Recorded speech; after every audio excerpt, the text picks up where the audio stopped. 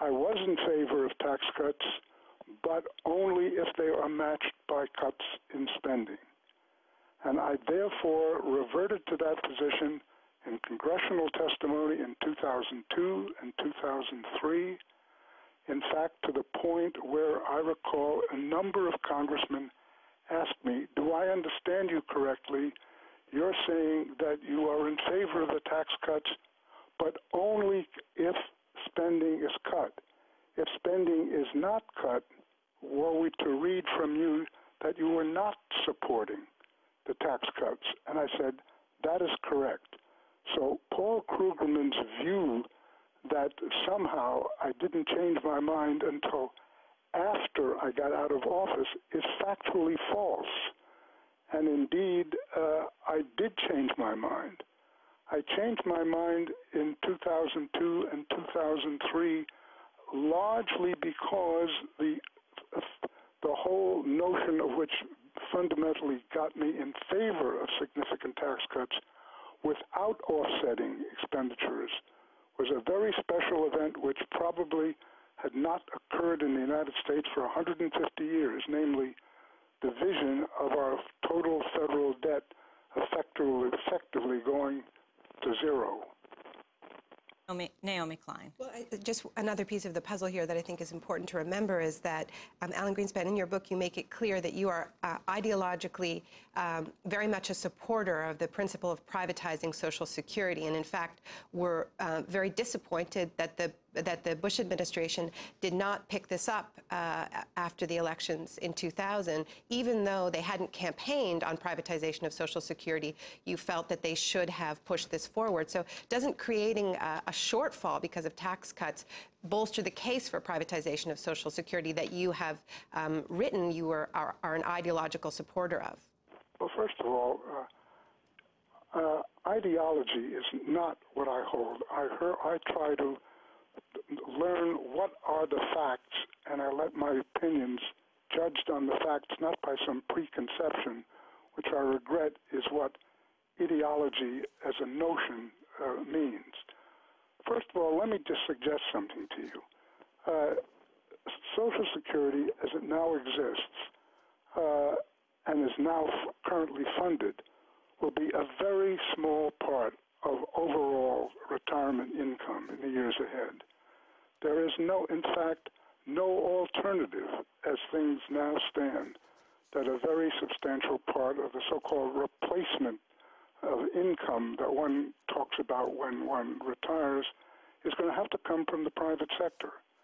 And so no matter what is done with federal Social Security, the average person is going to have to rely ever more increasingly on private sources of income, whether it's private savings or working or whatever. But if you look at the future of Social Security and the demographics we're now dealing with, the extent to which it replaces lost income when you retire is decreasing. Alan Greenspan, the issue of whether we have enough money in this country, do you think that also calls into question the war in Iraq, how the U.S. can afford to continue this war? Well, the issue is basically the question of the commitments of Social Security relative, and Medicare, I might add, relative to the costs of the war.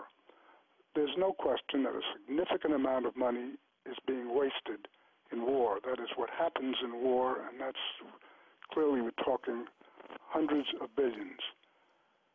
The issue here is that I believe the figure's in the trillions. Even if the war spending were not there, we would have these problems. So it's true that there's a good deal of waste going on, but the problems to which I'm referring to existed before the war and will continue after the war. The subprime crisis that we are seeing today, many saying that you seriously contributed to this, laid the foundation with keeping the interest rates low. Well, the subprime crisis did occur as a result of lower interest rates. the lower interest rates, however, are, if one takes a look at the whole context of rising home prices throughout the world, is clearly a global issue. It is the result of fundamental changes that occurred as a consequence of the end of the Cold War, and that housing bubbles appear in more than 24 countries around the world, which screams for an explanation that is global, not individual. I know that you're going to have to leave soon. May I just finish? Oh, yes, go ahead. We in the United States basically tried to get mortgage interest rates up and slow the bubble. And remember, it's the bubble which created a goodly part of the problem which we've had in the subprime market. And we failed. And that tells us basically that it's the global forces that are at play here. But just taking a step back, I think it would be a terrible mistake if we look at the subprime market and decide it should be eliminated, because I think it's been a very successful market to allow many people in this country to have homes which wouldn't otherwise be able to have them. The subprime market has a lot of technical problems wrong with it, and there are many issues that are involved with financial securitization or like, which created difficulties. Alan Greenspan. I hope in the process we don't eliminate the subprime market. Alan Greenspan, you write in the end of your book, a Federal Reserve system that'll be confronted with the challenge of inflation pressures and populist politics that have been relatively quiescent in recent years is something that is very significant. You say the United States in 2030 is likely to be characterized by populist politics that have been relatively quiescent in recent years. How important is populist politics, and what do you envision those to look like? Well, remember what populist politics is.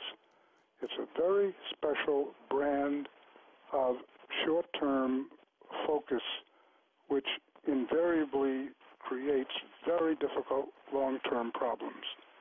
A goodly part of the book, as you know, is written about how populism has gripped, say, many Latin American countries to their detriment. And the term populist politics is essentially another way of saying short-term versus longer term. And people who emphasize short-term benefits for long-term costs end up with very little in the way of economic growth and prosperity. Naomi Klein.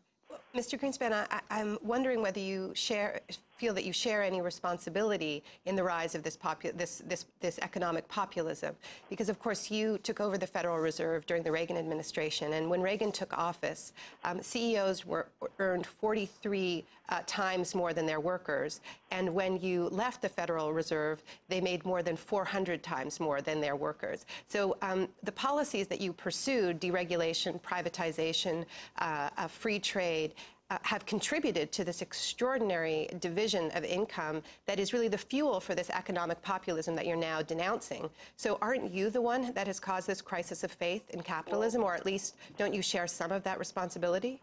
Well, look, the whole issue of what has happened in this country with respect to the increasing inequality of income is an issue I address and abhor in the book.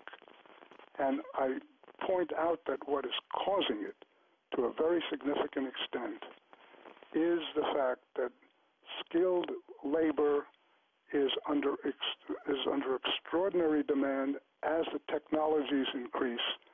And we've had a dysfunctional education system in this country, both in primary and secondary schools, which is showing up in all the studies which indicate that while our children in the fourth grade are doing fairly well relative to international comparisons, by the end of high school they're in terrible shape. And as a consequence of that, we are not putting the proper number of people into the education cycle to get them up to skilled levels, which creates much less, or would create a good deal less, in the way of income inequality. And I also argue in the book that we ought to be opening up our borders to skilled labor from all parts of the world, because if we were to do that, we would increase the supply of skilled workers, which our schools have been unable to create, and as a consequence of that, we would lower the average wage of skills and reduce the degree of income inequality in this country. It's a very important issue, and it's a very important issue which I raise in my book, and we have to confront this both at the education level and on the immigration level. And it's not anything to do with what I am proposing. And just remember that the type of globalized economy that I support has taken hundreds of millions of people out of poverty. It's created a standard of living throughout the world which is unprecedented in history.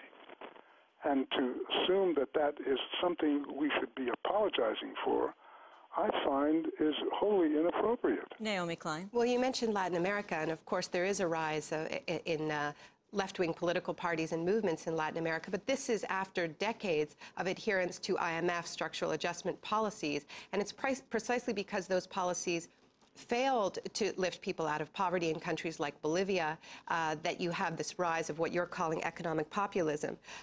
It's because trickle-down economics was seen to have failed. But you also mentioned economic populism in Latin America in your book, and you blame it for for inflation episodes and the collapse of regimes and the toppling of governments. And one of your examples was Chile in the 1970s. Was Salvador Allende's regime toppled because of inflation, or didn't the CIA have something to do with that? Well, look, I'm using Latin America as an example. The key question is not Latin America. Let's get back to the United States. Let's get back to the world at large and face the issue of populism here. Remember, the populist issue in Latin America goes back to the roots of Spanish and Portuguese colonization. I'm aware of that, Mr. Greenspan, but there were many developmentalist policies that were trying to address those colonial disparities. They called it import substitutions, and those leaders were systematically eliminated in a series of coups. Well, let me ask you a question, which you are just taking the capitalist system, to state it very bluntly, and say it's deficient here, it's deficient there, it's deficient every other place. The capitalist system has created more economic wealth in the last 7 or 8 years around the world. And as I said before, it's had huge effects in the developing world. Hundreds of millions of people have come out of poverty. And as a consequence of this, not on the basis of populist policies, but on the basis of policies which relate to markets, it strikes me that, you can say all of the problems that exist in market economies, and in my book you will find I am very much aware of all of them in great detail. The question you have to answer, however, is what system works better? And I think the evidence going back to the Enlightenment of the early part of the 18th century and all of the events that occurred with respect to what's happened to the world since then has demonstrated that this system is the only one that seems to work well. I mean, all forms of socialist structure, which you seem to be implicitly in favor of, have failed. Actually, I'm referring to mixed economies. I'm not. Issue here? Actually, I'm referring to mixed economies here. I'm not referring to state socialism. Well, the question is, when you begin to talk in terms of changing what you're implicitly saying, and I've heard this story before, you have to say, what are you changing in favor of? And we've had regrettable problems throughout the world. Every time we've moved in the direction you're implying, the poverty level has gone up, not down. Well, Mr. Greenspan, I think it's worth remembering that the word populist simply means popular. So obviously a lot of people disagree with your assessment of the benefits of... A lot of people disagree with my assessment. A lot of people disagree with... And are interested in another economic model. Democracy work. There was something that I was quite interested in your book, which was your definition of corruption and crony capitalism. You said, when a government's leaders or businesses